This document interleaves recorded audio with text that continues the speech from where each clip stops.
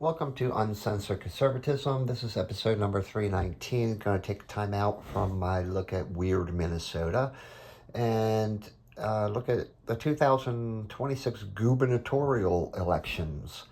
So in 2026, let me fix this here for you a little bit. There are 36 gubernatorial races in the country. So let's take a look at some of them and what their likely outcomes may be. 17 Republican seats are up for grabs, and in at least 9 of them, we know there will be a new governor. For the Democrats, there are 19 seats, and we know that at least 7 of them are up for grabs and will be a new face. Now, a word on gubernatorial approval ratings. According to Morning Consult, every current governor but one is above water on the approval-disapproval ratings. The one below is Kim Reynolds, a Republican in Iowa. But let's look at these races alphabetically, starting in Alabama, where Republican incumbent Kay Ivey is term limited. No well-known Democrats have stepped forth, but Republican U.S. Senator Tom Tuberville will be the most likely new governor in Alabama come 2027. So score one for the GOP here. In Alaska, incumbent Republican Mike Dunleavy is likewise term limited. No big-name Democrats have come forward, but the Lieutenant Governor Nancy Dahlstrom, a Republican, would seem like the heir apparent to Dunleavy, although Senator Click Bishop has his eyes on the prize. Alaska uses ranked choice voting, so this could be interesting come 2026. In Arizona, Democrat incumbent Katie Hobbs has not announced if she will seek re-election, although it's likely she will. Hobbs barely won against Kari Lake in 2022, and although she is plus 14 on the favorability scale, she has to deal with the Republican legislature. Even still, she will most likely face Republican U.S. Representative Andy Biggs if she decides to run. And all bets are off on this race if so. In Arkansas, incumbent Republican Sarah Huckabee Sanders will seek re-election in 2026. She'll most likely face Frederick Love, a state senator for the Democrats. She won in 2022 with over 60% of the vote, and she's plus 21 on the favorability scale. So sorry, Mr. Love, but this one is going to stay with the Republicans. Now, the biggie. California, where Governor Harold Newsom is term limited. So everyone knows this dipshit is going to run for president in 2028. So who will take over California? Now, Newsom is only plus 13 on the favorability scale, so it's not necessarily a shoo-in for the Democratic brand here. So California is a weird fucking state, and their political system is weird. The top 2 vote getters from a primary advance to the general election, so you can get a Democrat against a Democrat in this election. Plus, it takes them forever to count votes out there for some reason, given all the mail-in ballots, and this is where things get interesting. For the Republicans, there are basically 3 people to watch. Steve Hilton, a television commentator for Fox News, who speaks with a British accent, although California did elect an Austrian as governor, Arnold Schwarzenegger. The others are Che On, an evangelical pastor, and Riverside County Sheriff Chad Bianco. Now, given the name recognition, you would think that Republicans are going to go with Hilton, but Bianco might actually be the better choice. I mean, name recognition didn't help Steve Garvey against that pencil neck Adam Schiff for the Senate. So that's why I think Bianco is a better choice. On the Democratic side, however, things get more interesting. First, there is Biden's Health and Human Services Secretary, Xavier Becerra. He was also a former Attorney General and in California, and a House member also. Then there was former Congress critter Katie Porter, who, managed to lose to Adam Pencilneck in that Senate bid, and I think she was embroiled in a thruple scandal or something like that. I don't know. Ugh. I mean, look at that face. Ugh.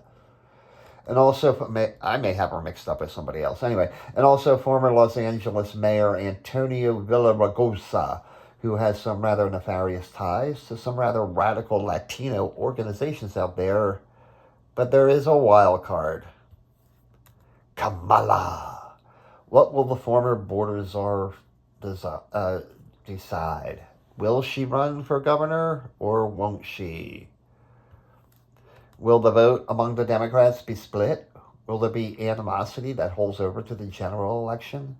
Will that usher in a Republican governor in the lost liberal state of California? Now, don't expect an answer until sometime in December 2026, when the Republican will be in the lead and lose to the Democrat at the last moment. Anyway, moving on to Colorado. Democrat incumbent Jared Polis, a communist if there ever was one, and his term limited, so he's out. For the Democrats, it's easy. U.S. Senator Michael Bennet will be their guy, plain and simple. On the Republican side, their state senator Mark Baisley, state representative Scott Bottoms, and perennial candidate for any number of positions, Greg Lopez. But it's Colorado. Bennett is your next governor. Actually, he's slightly better than Polis.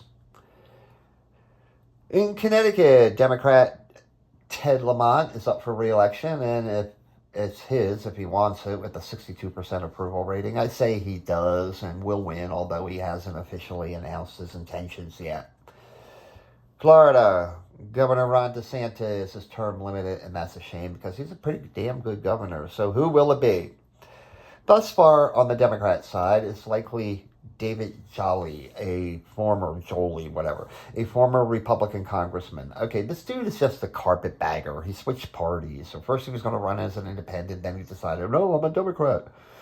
For the Republicans, unless someone else steps up and makes it more interesting, this looks like it's Congressman Byron Daniels to win and become the first black governor of Florida.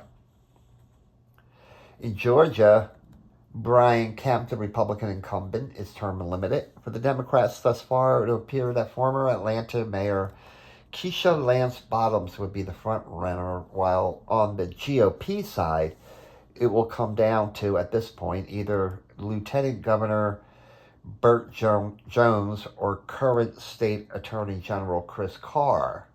Kemp will leave office with an approval rating of over 55%. So that's good for the Republican brand. And there's always a chance that that fat slob Stacey Abrams will cannonball into the race with a splash. In Hawaii, Democrat incumbent Josh Green has not announced his intentions yet, but he likely will. And he will win another term because, well, what the hell is Hawaii? Likewise, Brad Little, the incumbent Republican in Idaho, has not announced his plans yet, but he will likely run again and win again because, well, it's Idaho.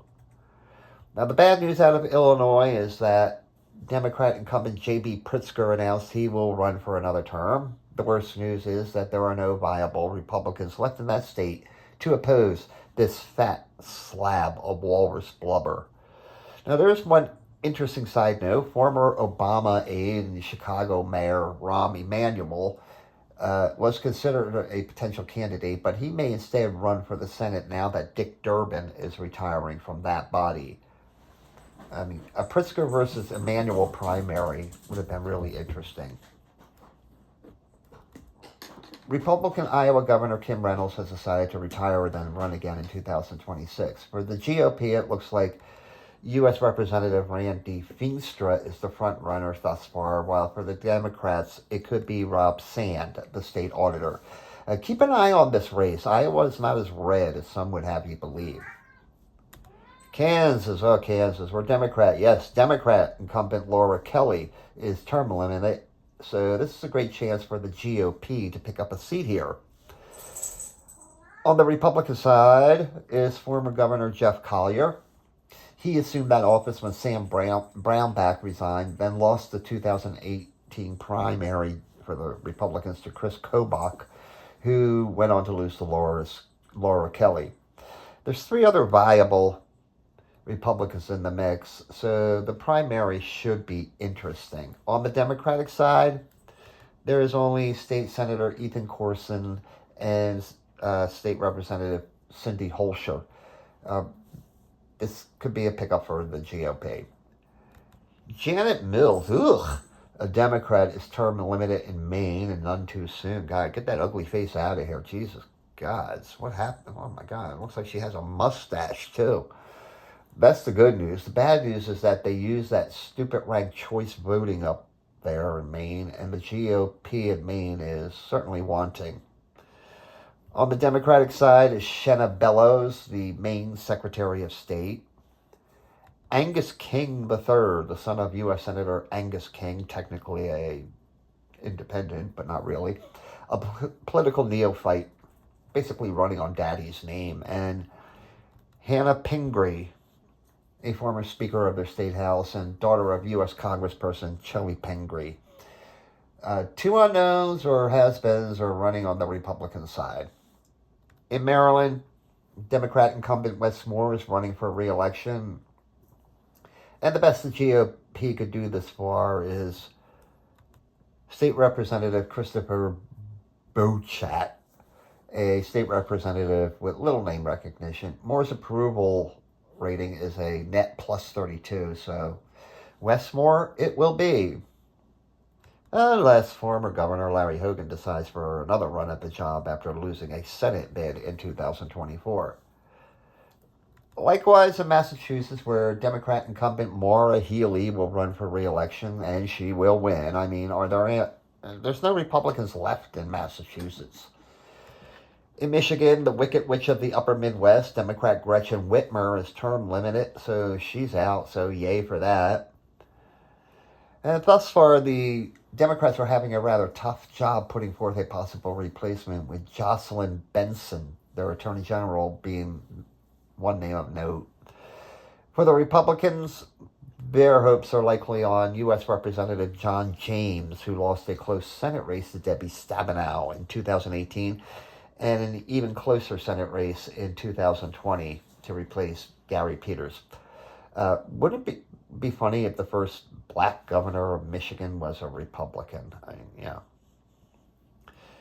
Now, in Minnesota, Governor Jazz Hands Walz hasn't declared his candidacy for a third term yet, so this one's kind of up in the air.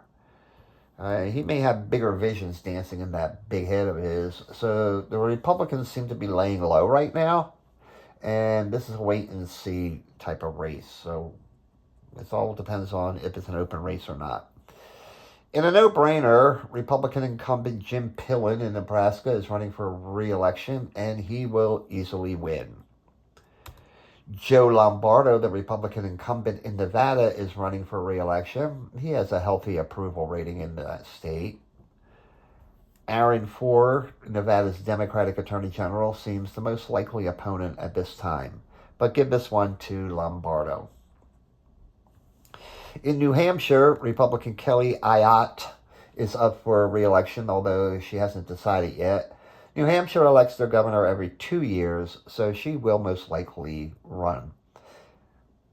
That said, she's only one of a handful of governors below 50% in their approval rating, but still good enough to win if she wants it. Yeah, once you get into the 44, 43% range, you're on shaky ground.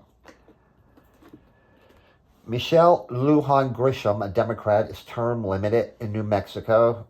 For the Democrats, the likely candidate will be Deb Haaland, a former U.S. Representative and Interior Secretary under Joe Biden. And I don't like this biatch.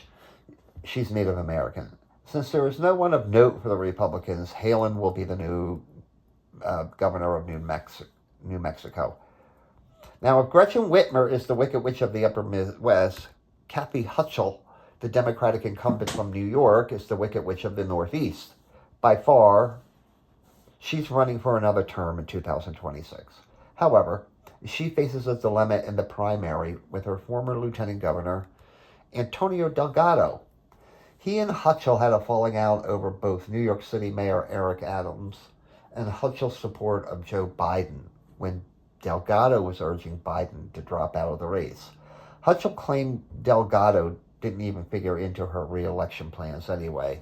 So this could get interesting and it could get ugly. Unfortunately, there's no Republicans to take advantage. Hutchell is only a net plus 10 on the favorability scale. So the question is, can Delgado take her down? He'd probably be an improvement over her. But then again, he's a Democrat, so probably not. Mike DeWine, an alleged Republican incumbent in Ohio, is term limited. This will be an interesting race with former presidential candidate Vivek Ramaswamy most likely taking on, at this point, Amy Acton for the Democrats, who was the state's leading health official during the COVID pandemic and got a lot of flack about it. As possible, others may jump in the race, but that's what it looks like at this point, unless either Tim Ryan or Sherrod Brown, two Democrats looking for a new job, enter the race. Republican Kevin Stitt in Oklahoma is term limited. On the GOP side is Gentner Drummond, the state attorney general, who has had his disagreements with Stitt. Mike Mazzei, Stitt's budget secretary at one time. Former state speaker Charles McCall, and State Senator Jake Merrick.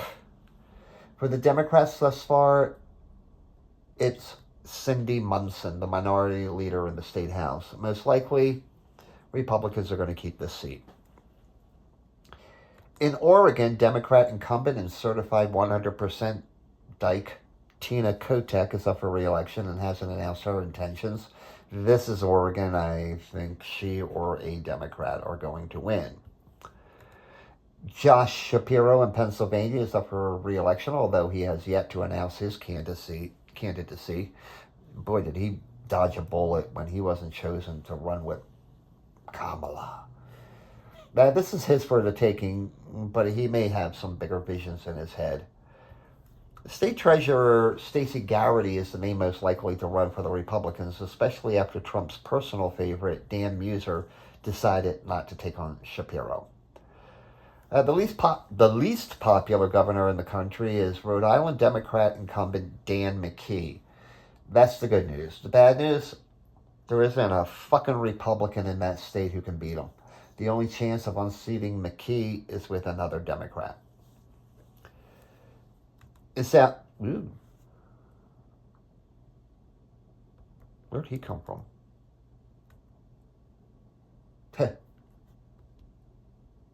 Oh, yeah. In South Carolina, Republican Henry McMaster is term limited. No Democrats have entered the race except this guy, Jermaine Johnson, an inconsequential state representative. On the Republican side is Lieutenant Governor Pamela Yvette, State Senator Josh Kimbrell, and State Attorney General Alan Wilson, the stepson of U.S. Representative Joe Wilson. We are waiting on word on whether Ralph Norman and or Nancy Mace will enter the race, that both have expressed some interest.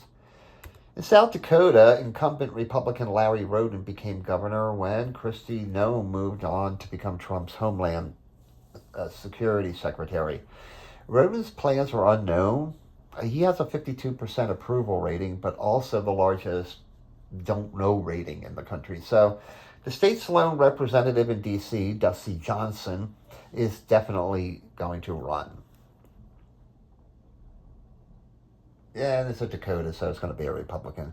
Bill Lee, the Republican incumbent in Tennessee, is term limited, and so far only U.S. Congressman John Rose has thrown his hat in the ring for the GOP. The race should get more crowded as the years goes by, and names like Marsha Blackburn, shown there on the left, and Diana Harshbarger have expressed some interest.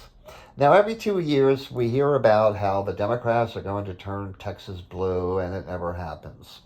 In 2026, Republican Greg Abbott will run for his third term. No Democrats of consequence have announced a run, but the big question is, will Beto O'Rourke come around for another pummeling? And before we get too cocky, Abbott is a +9 on the favorability chart. Good enough to win, but maybe not in a landslide. The only problem is no viable Democrat has stepped forward right now. Vermont, like New Hampshire, elects a governor every 2 years, and incumbent Republican Phil Scott can run again, but has not announced his intentions. If he runs for a 6th term, it's his. If not, then a Democrat will win. By the way, he's rated he has the highest favorability rating of any governor in the country. Democrat incumbent Tony Evers in Wisconsin is eligible for re-election, but hasn't announced his intentions yet. If he decides against another term, there are several state Democratic officials prepared to run. For the GOP, State Senator Patrick Testin, Congressman Tom Tiffany, 2024 senatorial candidate Eric Hogue, and former Lieutenant Governor Rebecca Kleefisch are all possibilities. And in Wyoming, Mark Gordon, the Republican incumbent, is term limited, although he looks like Billy Bob Thornton, although he may challenge that term limit in court and seek a 3rd term. I think they did away with term limits under their state constitution for members of the legislature, and I think he's saying they should get rid of it for the governor too. If he fails, there are Republicans waiting to run, including Brent Bien, I guess, Bien, who ran in 2022, and U.S. Congresswoman Harriet Hegman, who ousted Liz Cheney from her seat in the House. Regardless, this is Wyoming in the GOP territory. No Democrat has won a statewide race in Wyoming since 2006. Trump has encouraged State Senator Bo Beitman to run for the seat, so we'll have to wait and see here. So, a lot we know and a lot we don't know as to candidates thus far. A lot can happen, especially in open races, and some of current eligible governors haven't made a decision yet. And this is the current map of governors and Let me narrow this down a little there. There we go. Yeah. There we go. Republicans hold the edge 27 to 23, although they'll likely lose Virginia this year, cutting the edge to 26 to 24. So at worst, expect a GOP pickup in Kansas and a loss in Vermont if Scott does not run, and a 26-24 advantage for the GOP. If Scott runs, then the 27 to 23 advantage is restored, despite other races. And that's it for today. Have a great day and a more pleasant tomorrow. Pick up Minnesota again tomorrow.